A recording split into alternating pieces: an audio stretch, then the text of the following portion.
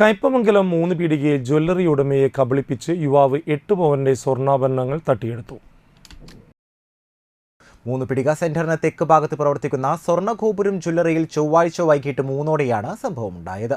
വളയും മാലയും മോതിരവും വാങ്ങിയ ശേഷം 5,67,700 രൂപ വരുന്ന ബില്ല് നെറ്റ് ബാങ്കിലെ നെഫ്റ്റ് സംവിധാനം വഴി അടയ്ക്കുകയാണെന്ന് പറഞ്ഞ് യുവാവ് പണം അടച്ചതിന്റെ സ്ലിപ്പ് സ്വന്തം മൊബൈലിൽ ജ്വല്ലറി ഉടമയെ കാണിക്കുകയായിരുന്നു. നെഫ്റ്റ് ആയതിനാൽ ജ്വല്ലറിയുടെ അക്കൗണ്ടിൽ ഇതിന്റെ സന്ദേശം എത്താൻ വൈകുമെന്നും ഇയാൾ ജ്വല്ലറി ഉടമയെ ധരിപ്പിച്ചു. ഇത് വിശ്വസിച്ച് ഉടമ സ്വർണവുമായി യുവാവിനെ പോകാൻ അനുവദിക്കുകയായിരുന്നു.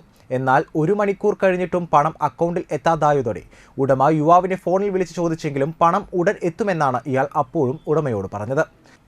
മണിക്കൂറുകൾ കഴിഞ്ഞിട്ടും പണം എത്താതായതോടെ ഉടമ വീണ്ടും വിളിച്ചപ്പോൾ മൊബൈൽ സ്വിച്ച് ഓഫ് ആക്കുകയും ചെയ്തതോടെയാണ് തട്ടിപ്പാണെന്ന് മനസ്സിലായത്.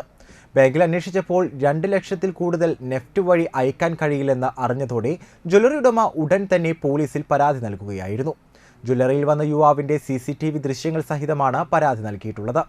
കയ്പമംഗലം പോലീസ് കേസെടുത്ത് അന്വേഷണം ആരംഭിച്ചിട്ടുണ്ട്. അതേസമയം തട്ടിപ്പ് നടത്തിയ യുവാവ് ഇന്നലെ തന്നെ 3 പീടികയിലെ മറ്റൊരു കടയിലും കൊടുങ്ങല്ലൂരിലെ മറ്റൊരു ജ്വല്ലറിയിലും തട്ടിപ്പ് നടത്താൻ ശ്രമിച്ചതിന്റെ CCTV ദൃശ്യങ്ങളും പുറത്തു വന്നിട്ടുണ്ട്. 3 പീടികയിൽ ഇയാൾ ആദ്യം കയറിയ ജ്വല്ലറിയിൽ നിന്നും 2.25 ലക്ഷം രൂപയുടെ സ്വർണം വാങ്ങിയെങ്കിലും പണം നൽകാതെ ആഭരണം കൊണ്ടുപോകാൻ ജ്വല്ലറി ജീവനക്കാർ അനുവദിക്കാത്തതിനാൽ തട്ടിപ്പ് നടന്നില്ല. ഇതിനുശേഷമാണ് തട്ടിപ്പ് നടന്ന ജ്വല്ലറിയിൽ ഇയാൾ എത്തിയത്. പ്രതിക്കായി അന്വേഷണം ഊർജിതമാക്കിയതായി കയ്പമംഗലം പോലീസ് ഇൻസ്പെക്ടർ പറഞ്ഞു.